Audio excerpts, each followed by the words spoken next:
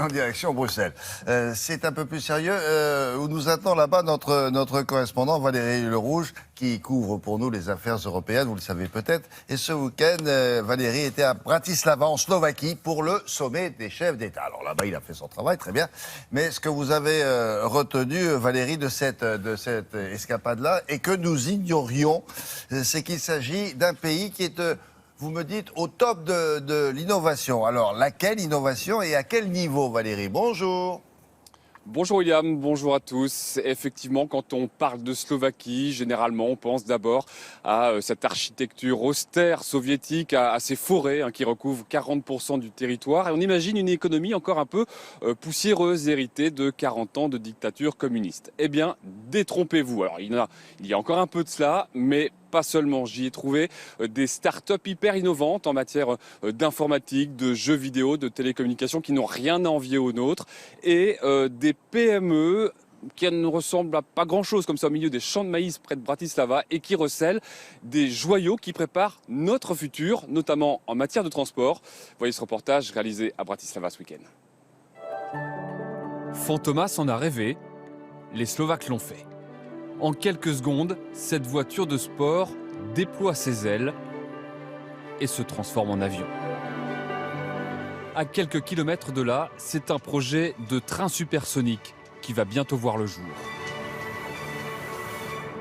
Non, nous ne sommes pas dans la Silicon Valley, mais à quelques kilomètres de Bratislava. Cette PME travaille sur les deux projets grâce à son savoir-faire en fibre de carbone, déjà convoité par les plus grandes marques automobiles. Ils viennent chercher le coût, bien sûr, mais l'innovation et la qualité. Aujourd'hui, on fait des produits qu'aucun autre fournisseur n'arrive à faire. Cette pièce, par exemple, est une pièce qui est faite en un seul monolithique, c'est-à-dire qu'il n'y a pas de collage. Et donc, ça ne se décolle pas. La Slovaquie n'est plus seulement l'usine d'Europe de l'Est, mais un véritable laboratoire d'innovation. Et ce n'est pas un hasard si le milliardaire américain, patron de Tesla, a confié le design de son train révolutionnaire Hyperloop à cette PME. La Slovaquie, et avant ça déjà, la Tchécoslovaquie a toujours eu de bonnes écoles d'ingénieurs. Une bonne école d'ingénierie, mécanique, une bonne école d'industrie automobile, et ça aide.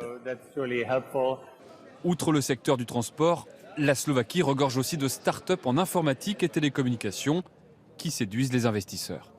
Ici, on a besoin de beaucoup moins d'argent pour développer quelque chose. Et, le capital privé, que je, par exemple, représente ici, aime investir ici parce que les demandes de capital ne sont pas aussi grandes que, par exemple, dans des pays beaucoup plus développés dans l'innovation.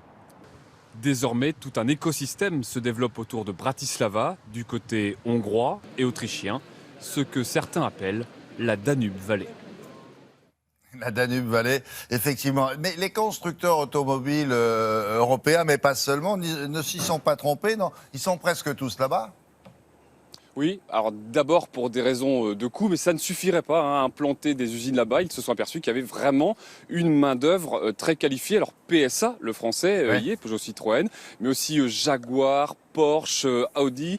Et ce qui est marrant, c'est qu'il y a plusieurs années, en fait, ces marques-là, souvent, faisaient leurs plus beaux modèles en Slovaquie. Elles recouvraient les voitures d'une bâche pour les ramener en Allemagne, rajoutaient 3 accessoires et pouvoir inscrire Deutsche Qualität.